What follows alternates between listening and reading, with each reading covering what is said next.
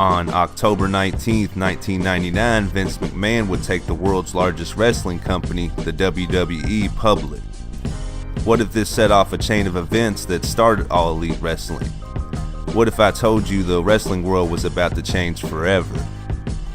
Welcome to HBD Sports. Today we have a special one about how a series of decisions made by the WWE and a trio of young stars created an independent wrestling movement that swept the world. For many years throughout the 80s and 90s, the WWE was known as the standard setter in the wrestling business. So when Vince McMahon decided to take the WWE public, most assumed this was what was best for the future of his family's company.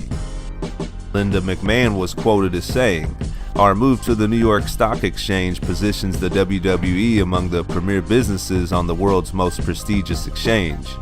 And she was right. The WWE has gone on to achieve massive financial success. But the company was slowly changing.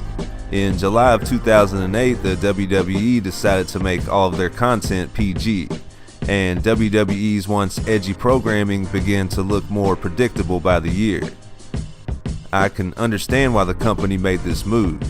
The television executives wanted a more wholesome product, and I'm assuming some of the shareholders wanted to attract a larger audience.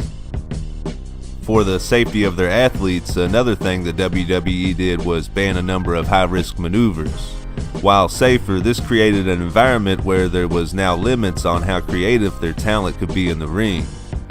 Nonetheless, these changes made the WWE a family-friendly brand over the next several years, and the stock price soared. But there's a missing piece to this happy ever after story.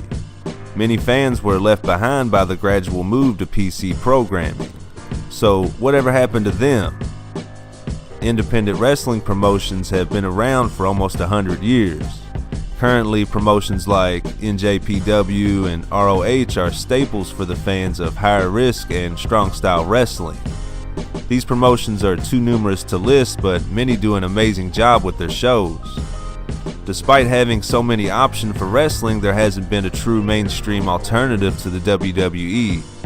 The last major competition the WWE had was the WCW, which it bought in 2001. Speaking of the WCW, as a boy, Cody Rhodes would watch his father, Dusty, wrestle and write scripts for their shows. Cody would later make it to the WWE and seemed destined for success. The young Rhodes delivered in the ring, and he was a two-time Intercontinental Champion.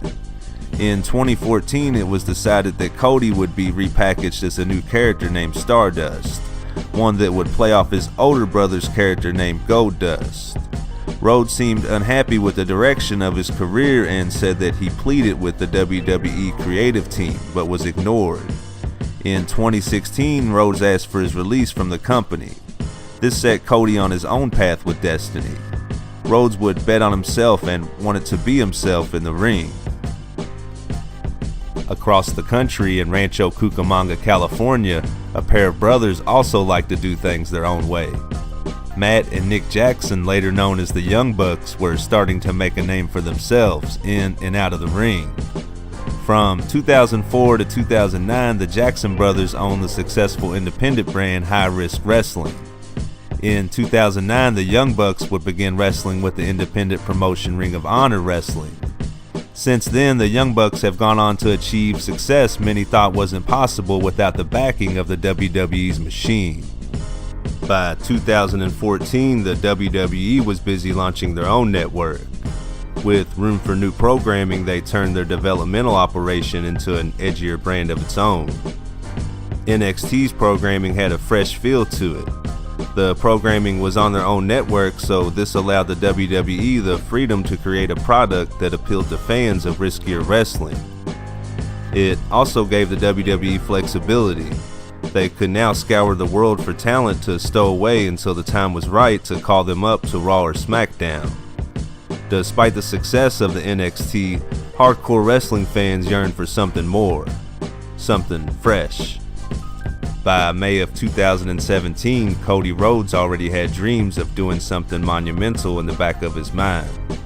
So the timing was perfect when a fan posed this question to famed wrestling reporter Dave Meltzer. The fan asked if Ring of Honor could sell 10,000 tickets to an event. Meltzer responded, "Not anytime soon." Rhodes saw the exchange and responded with, "I'll take that bet." Rhodes would later reach out to the Young Bucks and decided to push the boundaries of independent booking. This was done with the approval and backing of Ring of Honor. On December 21st, 2017, tickets went on sale for All In. The over 10,000 tickets sold out in 30 minutes, proving Rhodes' instincts right. Festering under the surface at all of the WWE events was a core group of fans that were ready for an edgier product. All In went on to be a major success, and it put the WWE on notice, sparking memories of the Monday Night Wars. Since that time, the WWE has gone on to turn fans away at their events wearing the t-shirts, unless the fans agreed to turn the shirt inside out or buy a WWE shirt to wear. What would Rhodes and the Young Bucks do from here? To them, the answer was simple. It was time to launch a new promotion that could rival the WWE.